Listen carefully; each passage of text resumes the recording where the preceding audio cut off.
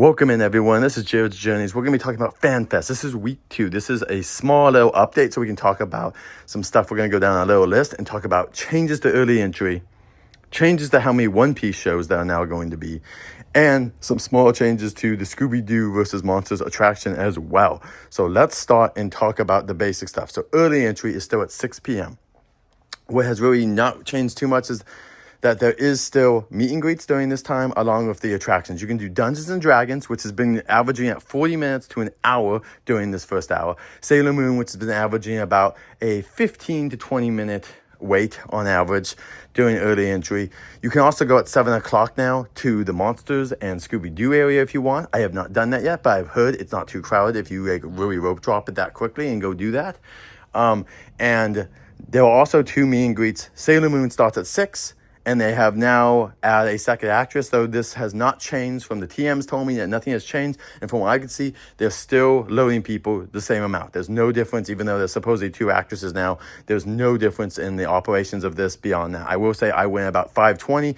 About 5:30, the line behind me was cut off. So if you want to see her, you have to be in by 5:30. You need basically a 2 p.m. pass on AP to get in and be able to meet her at that 6 o'clock time, guaranteed. Anything else, you're going to be waiting until 7:30 to meet her. At least currently, maybe week 3, they'll do something and speed up the process so more people can meet Sailor Moon, but we'll have to see. Now, for the One Piece characters, they are meeting at 7 p.m. now. It was 6:30 on Thursday, but now it seems like 7 p.m. is the new time, and this is because of another change of One Piece we'll get to.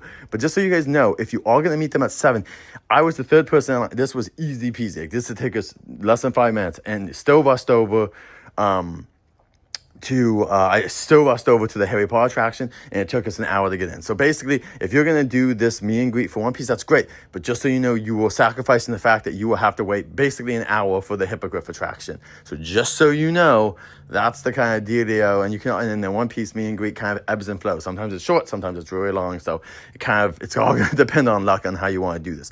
One more thing about One Piece is now 4 shows. The show times are around 8 or 8:15, depending on the day starting. Then there's a couple of times in between. There's now 4 shows, and it ends at 12:45 or 1 p.m. 1 a.m. I did see the 1 a.m. show. And I did have time as well, just to update you guys. If you boogie a little bit over there, you can go see the Sailor Moon show. The line for that closes at 1:30 a.m. So if you can boogie over there and get there before 1:30 a.m., you can go do the Sailor Moon show. They do close the lower lot at 15 after 1. So 1:15 a.m., it will be closed. So you cannot make it to that. So basically the only 2 attractions you can really make it to, if you boogie there to get to, the Harry Potter attraction, if you really get there quick, probably more or less, I think the 1 a.m. it will be almost impossible to get to Harry Potter. Not impossible, but almost impossible.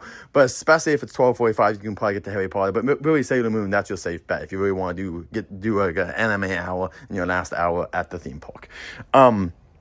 The food lines also do close at like 2 a.m.-ish, so you can, or not all of them, sorry, the One Piece food I saw, it was open at like almost 2 a.m., so you can go and still get food there. It's also open during early entry, and that's all the One Piece updates. We'll end it now with Scooby-Doo and the Monsters. They've added now a couple of areas here where you can see extra clues.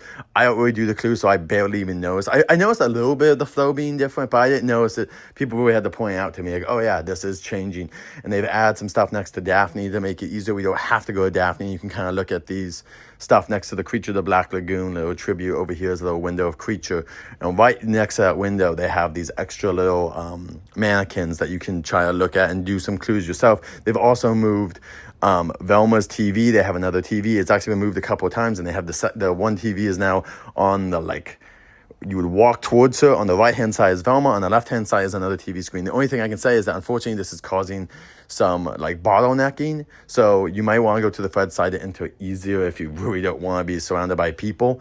But those are the main updates for week 2 of FanFest. So now we get 4 shows for One Piece. That's awesome. I'm trying to see 2 shows in one night.